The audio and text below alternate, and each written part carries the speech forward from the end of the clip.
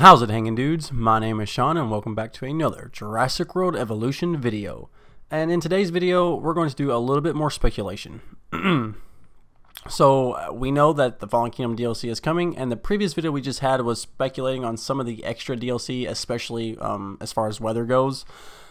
A lot of that stuff was a really well received video, and I thank you guys so much for joining in on that and joining in the speculation and having fun in the comment section. We're going to do that again today, but before we get into what you guys seen in the thumbnail and the title, let's go ahead and break down what Jurassic World Evolution, their free DLC, is. And I'll tell you the reason why I'm thinking that there could be a whole new, I guess, chapter for Jurassic World Evolution.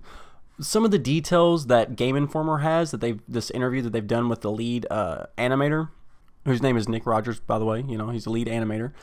There's quite a few hints that he drops, and I kind of want to, you know, pull that out, unpack it a little bit, and then further speculate as to what he means or what kind of breadcrumbs are left to what this game could potentially be. Because, like I've said before, Frontier is very good about adding content to their games as they go. Planet Coaster is what, almost 2 years in, maybe a little longer, a little bit shorter, give or take a couple months, and they're still working hard on that game. Jurassic World should be no different, and I don't think it will be any different. Jurassic World Evolution launched this week, letting players try their hands at becoming the managing director at a thriving dino-filled park, or depending on how you play, a dangerous nightmare center where visitors are imperiled by prehistoric monsters.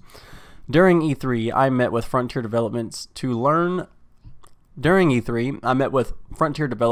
about what's ahead for the game.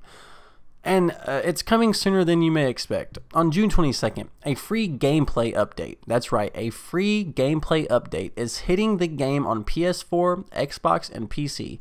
The base game shipped with 37 dinosaurs and the deluxe edition, which had 42. Everyone will have some additional critters in just a few days, which can be used within the game's existing scenarios. It comes along with Fallen Kingdom, and it's going to have 6 of the dinosaurs, says Nick Rogers, head of animation at Frontier.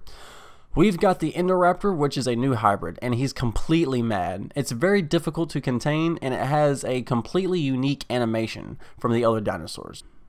It'll be really interesting when it comes out. And he is a he, the rest of them are female. Here's the complete roster of dinosaurs that are coming to the game June 22nd. Allosaurus, Baryonyx, Carnotaurus, Indoraptor, Sinoceratops, and of course Stygimoloch. Okay, so before we go on to the rest of the article, let's break down what he says. We've got the Indoraptor, which is a new hybrid, and he's completely mad. It is very difficult to contain, and it is a completely unique animation set from the other dinosaurs. It'll be a really interesting one when it comes out, and he is a he, the rest of them are female. Now here's 2 things about this last line. If you don't know anything about Jurassic World, Jurassic Park, or the lore, or the canon, or anything that has to do with Jurassic World, by the way, spoilers for Fallen Kingdom, just so you know, I mean, there may be some spoilers, so don't get mad at me. Don't be salty. Anyway, he is a he and the rest of them are female. If you don't know a single thing about Jurassic Park or Jurassic World, the franchise as a whole, you'll think that this might be kind of like a ploy for SJWs on Twitter or something like that. Don't worry, the male is mad, completely insane, but the rest of them are cool females. They're nice, right? Now, that's not what they're saying. A lot of people I've seen on Twitter and a couple other areas have kind of said that, like they're kind of taking that SJW turn with this line. But if you know anything about Jurassic World, you'll know that all the other dinosaurs are female, and in the movie, spoiler alert, in the movie, the Indoraptor is a male. He's the only one that's ever been bred to be male. He's had DNA, spoiler alert, from Blue and the Indominus Rex to make him. So now let's extrapolate this. They say we're going to have 6 dinosaurs. Now who's to say that there might not be a specific skin, an extra kind of detailed skin where you can make a Velociraptor that looks kind of like Blue, right? And maybe you have to have Blue combine it with the Indominus Rex in its own type of hybrid making system to make the Indoraptor Rex. Of course, that's not going to happen. You know, I don't think that they're going to release this with this update or anything like that. I don't think there's going to be a new hybrid system to make hybrids. But That is a very, very, very good way to add replayability to this game. As of right now, the only replayability we have is the sandbox, and that is it. Anytime anybody's going to come back and replay this game is either to rehash the story, which is nothing but repetitive grinding and dig siting, or you're going to go to the sandbox and you're going to have a good time, right? Now, what are ways that they can increase the sandbox and you can have a better time? Well, you should be able to mix DNA from dinosaurs. I mean, you should be able to take a Carnosaurus and a Sinoceratops, mix them together. You should be able to do that. You know, Jurassic World does that. It's the staple of Jurassic Park, hybrids and making dinosaurs. Every dinosaur that they've ever had come from some sort of DNA and been spliced with other, you know, frog DNA, as you see in the game. But that's about it. You know, only the Indoraptor and the Indominus Rex are they doing that with. Why don't we have that ability? Why can't we make these horrible creatures, these abominations that science shouldn't be able to make? Like why can't we you know, mix the Indoraptor and some other dinosaur? We should be able to do that. I wish we could. If they're going to come out with any future DLC, that's the kind of DLC they're going to have. They need to have something to where you can mix dinosaurs and come out with new hybrids. Because while the Indominus Rex, or not the Indominus Rex, excuse me, the Indoraptor, well, and the Indominus Rex, they've said that the Indoraptor is going to be extremely hard to contain, and a lot of the sauropods are hard to contain, so, you know, it is what it is. I think we're kind of used to that now.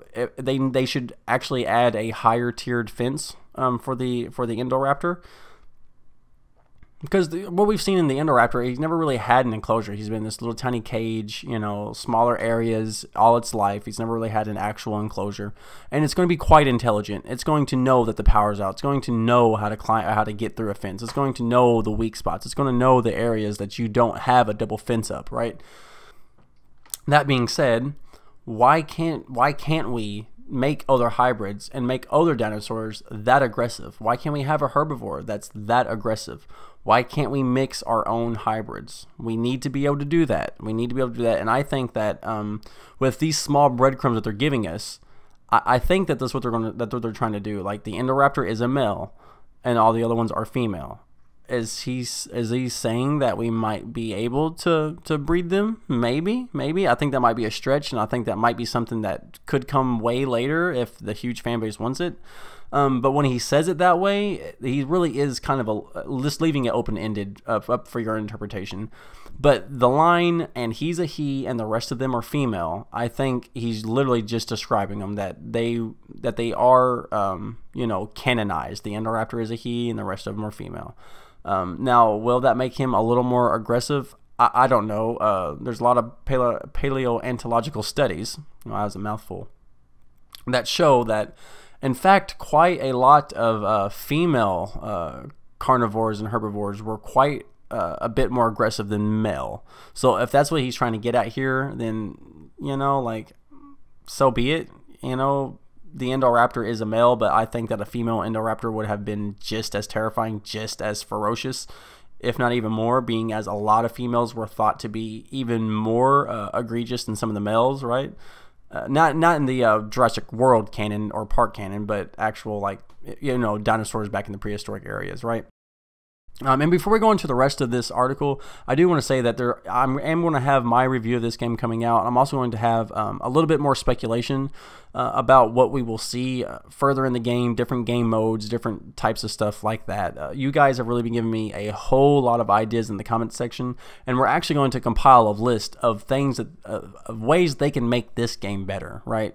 So don't worry, that's coming. But with the new DLC coming up and all the hype coming out for this, I kind of wanted to break down this article and kind of show you guys, you know, what they're alluding to and what are, you know, the potential future possibilities after this DLC.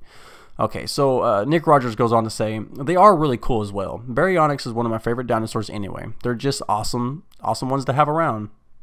The DLC got a bit of help from all things professional soccer. I think Hot Cup of TV will like this a lot. We've had the benefit of getting the film early in the UK, says Rich Newbold, the game's executive producer. It came out the 6th of June, but you guys don't get it until the 22nd. In Europe, they put it out before the World Cup because it's more of a focus than it is for you guys, the World Cup. Okay, so we started animating some of the dinosaurs before we saw the film. So it was like, what if we go in there and it's completely different from how we imagined it, Roger said. Luckily, Universal were really cool and they arranged for us to see some early footage, particularly of the Indoraptor, because we had no idea what the thing looked like. And we particularly had no idea how it moved. It was a really creepy way of moving. It's on all fours like a huge raptor kind of dragon. It has huge long claws that it pulls itself along with. It kind of twitches.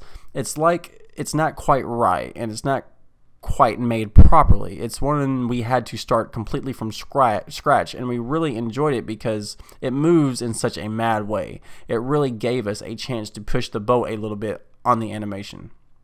It gave them a chance to push the boat a little bit on the animation. Let that sink in for a second.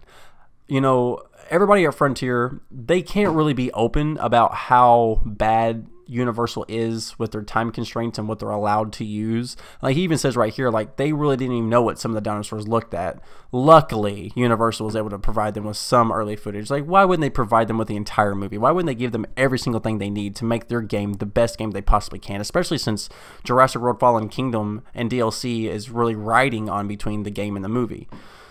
When he says it really gave us a chance to push the boat a little bit on animation, does that mean that Universal said that they can't have a lot of animations or they can't use a lot of animations, or that maybe because of time constraints a lot of the animations had to be copy and pasted? I don't think that Frontier was just lazy and all of the Centaurosaurus and all of the Edmontosaurus and all of them have the same exact animations just because.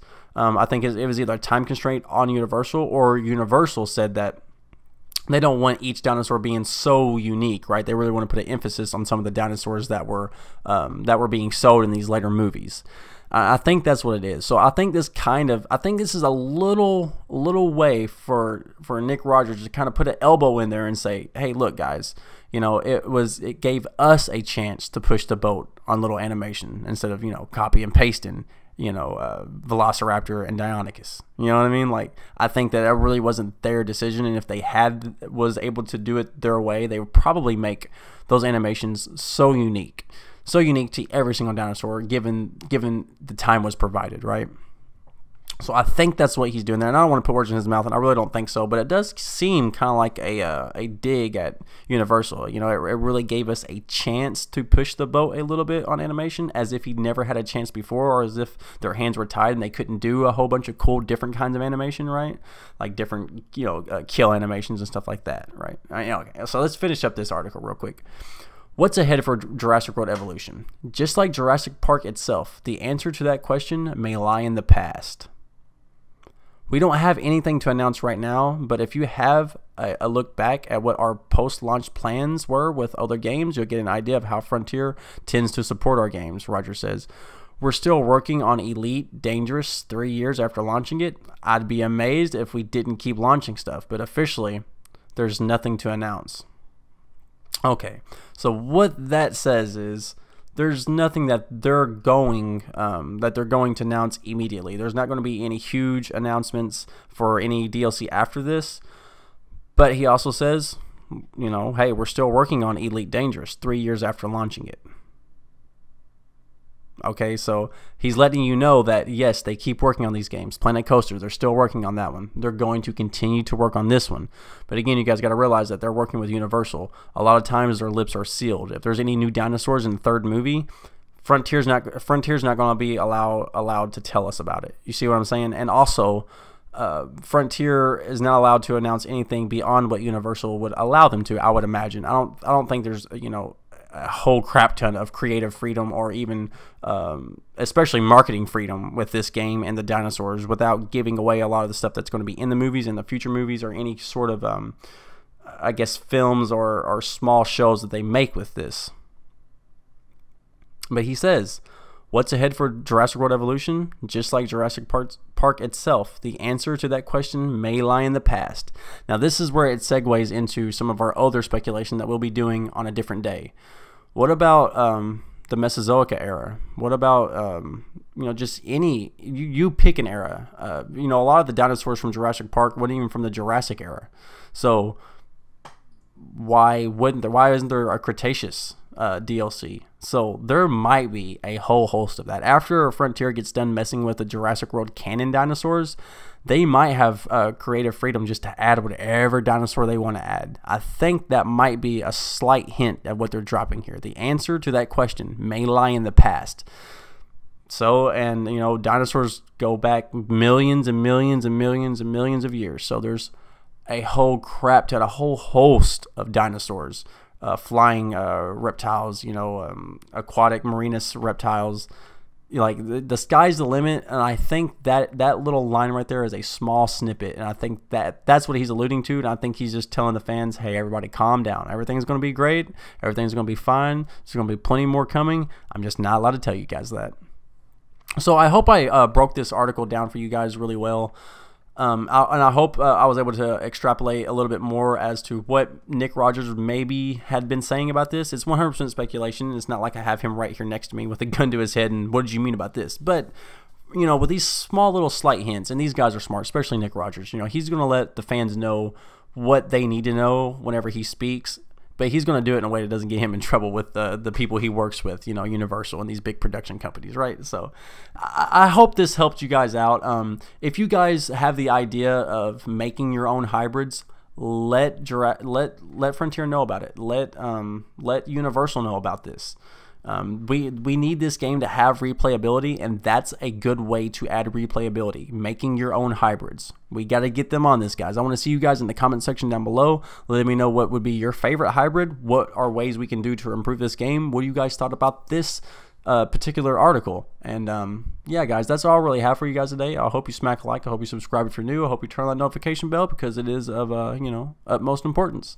I appreciate you guys like always, and I'll see you in the next one. You had me at hello. Oh, baby.